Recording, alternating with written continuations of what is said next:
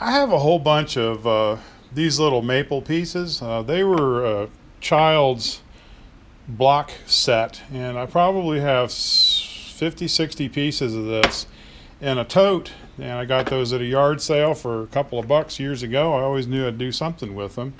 And so I've been inspired here recently to do some small pieces with them. And so today I'm just going to make another little trinket box, and I'm going to do that out of one of these pieces. Now, this piece of maple, I've already done my poor man's inlay here.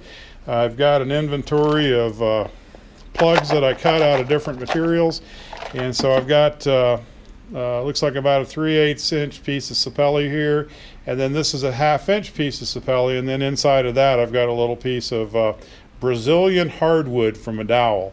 So we'll use that as the base material, and so I'm going to cut this thing out. It'll be kind of like an elongated egg. The first thing I'll do is just take this to round. I'm going to go ahead and mark this out, be my curve for the cut. This will be the bottom part of the box and the top. Thin parting tool here. I want to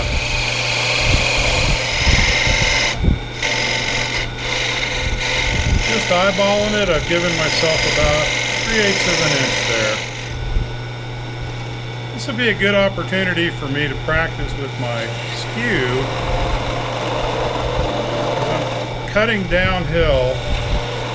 It should give me a nice finish on the curved surfaces. I'm not super proficient with this skew.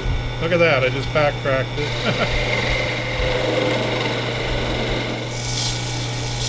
Go ahead and separate this, and then we'll go about hollowing both sides.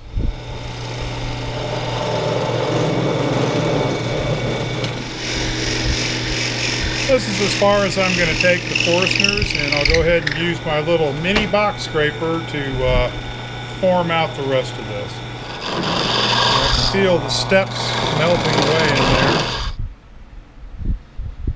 there. The contour feels pretty nice. I've left myself about 3/8 of an inch at the bottom, and just by feel, I think the wall is pretty uniform. I've got a pretty nice little parabola there, so I'll go ahead and sand out this center. And then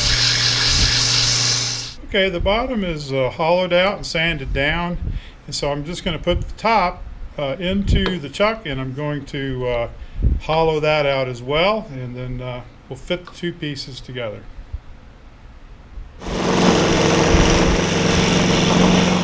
Well, I've got the top hollowed out now, and I'm ready to fit the top to the bottom. So I'm just very carefully increasing the diameter of this lip on the top, and hopefully I'll just sneak up on that precise diameter that I need, and I'll have a nice snug fit between the two pieces. It's taken off maybe a 64th of an inch here. Very close. One more go ought to get it.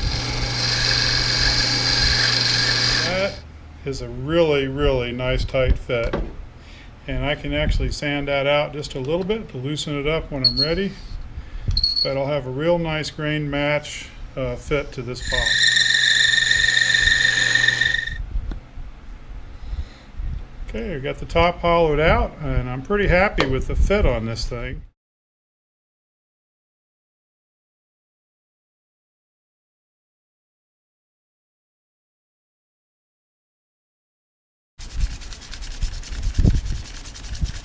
Go ahead and part the top off, hole into for a finial.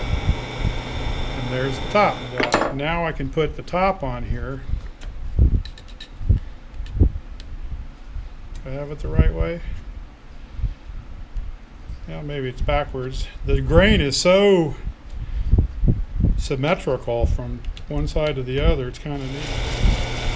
But it's a nice tight fit though. And I took a thickness measurement of the top, and I left this about 3/8 of an inch thick.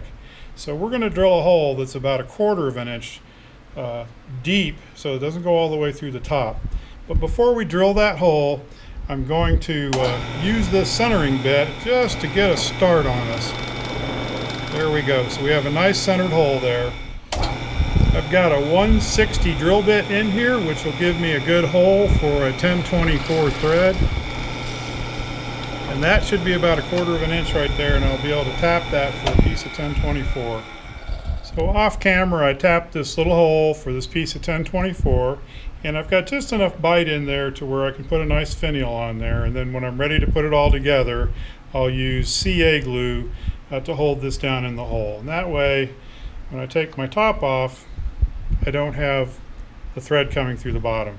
And we'll do the same thing for the bottom piece.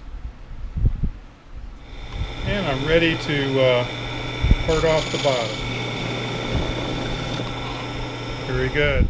This is my bottom, and so to turn this and get it cleaned up, I've made a little jam chuck here. I cut that off camera, and so I'll just put this little piece of paper in here, and that'll give me a nice tight fit.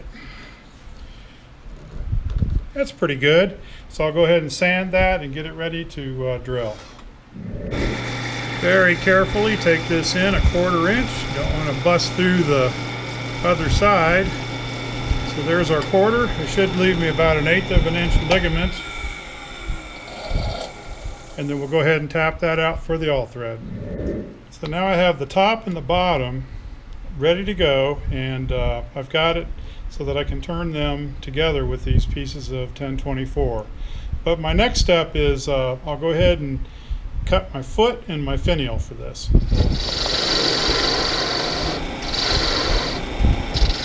So we'll try this little shape here. Well, I just thought I'd take a minute and go ahead and brand the base of this.